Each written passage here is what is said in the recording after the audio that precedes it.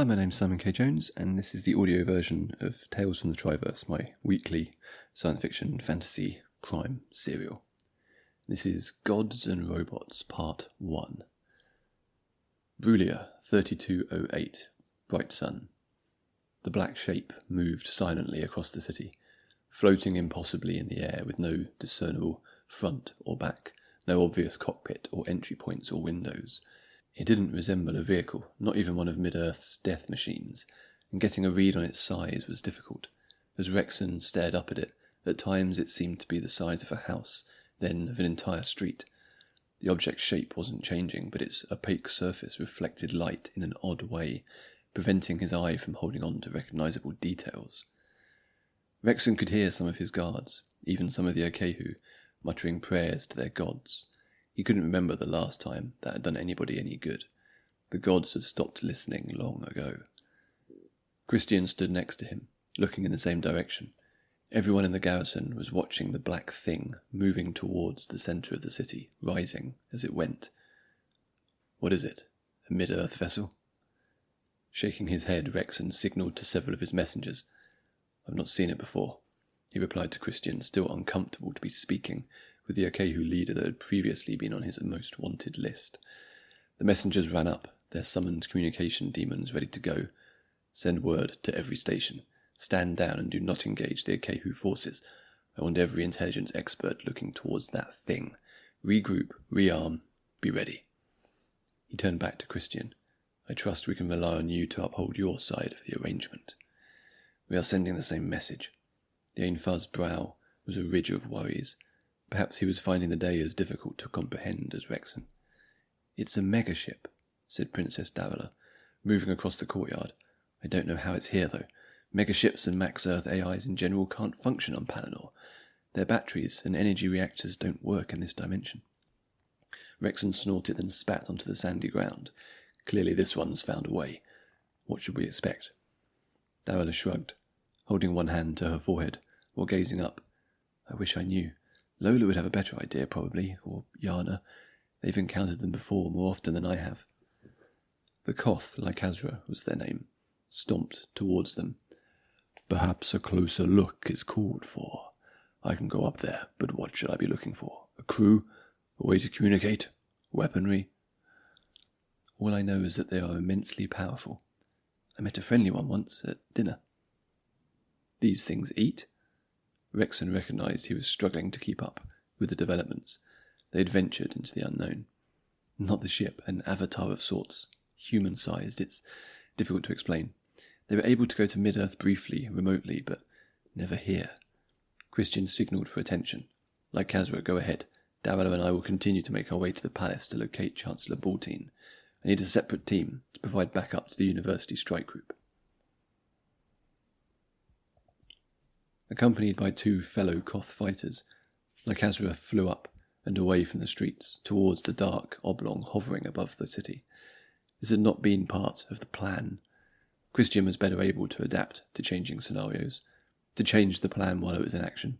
Lycazra was the counterpoint, the level-headed strategist. His responsiveness and intuition combined with their long-term, holistic planning, and it had got them this far. They'd liberated city-state after city-state all the way to the doors of Fountain University. It had been proceeding as planned. Even that bastard Rexon of the city guard had been amenable.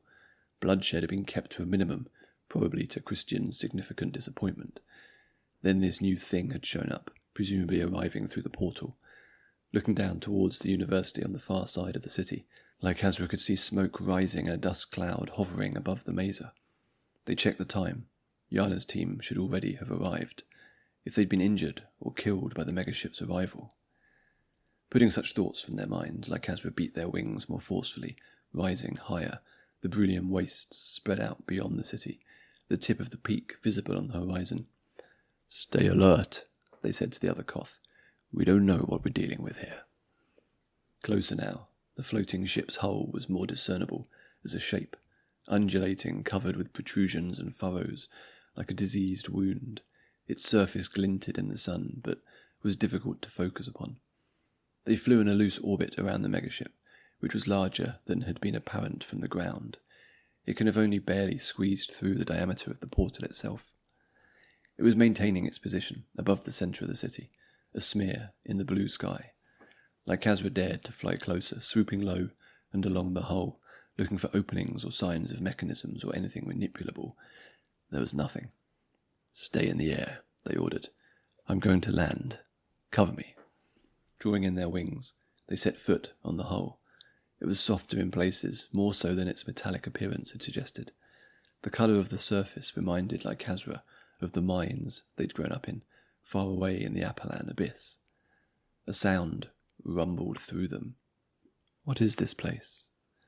Lycazra paused, unsure of whether they'd heard the voice or felt it. There was no evident source, so they spoke to the air. "The city of Brulia on Palinor. State your purpose." "It is Palinor, then." Vibrations spread across the hull. "My reactor is offline, you know, and yet here we are. I wonder what else I can do." The ship's hull beneath their feet seemed to shift hue momentarily, becoming blue, then purple, then dropping back to black. Then it took on a mottled appearance, as if attempting to replicate the city below as camouflage. Next, the air around the hull rippled and thickened, turning to mist which condensed onto the surface. Liquid pooled from the atmosphere, like elementalists would do in the summer months. There was a dimming like the sun passing behind a cloud, yet the sky remained clear. It was as if a partial eclipse was taking place, with the sun still blazing in the sky but seemingly diminished. It took them a moment to realize what was happening. "You can wield. You're capable of magic." "Apparently." The glistening moisture on the hull hissed and bubbled and turned to steam. Then Lycazra could feel heat through their feet. Flames spread across the megaship, engulfing its entire bulk, as well as Lycazra. Shrieking, they jettisoned into the air, pushing away from the ship, closing their wings and spiralling, attempting to extinguish the flames. Down they plummeted, back towards the ground. Anyone but a Koth would have been incinerated. They could feel the heat still burning in the cracks between their scales. The pain was excruciating, but their thoughts went towards the megaship, an orange fireball burning in the sky. It had performed magic, albeit clumsily. The sun had dimmed, which meant it was drawing energy directly and inefficiently. The plan was torn. They had bigger problems than Baltine and a conspiring joint council. Cratering into the ground on an unknown street, Lycazra realized that they had not worked on a contingency for the end of the world. Thanks for listening. You can support the book, leave comments, find lots more over at simonkjones.substack.com.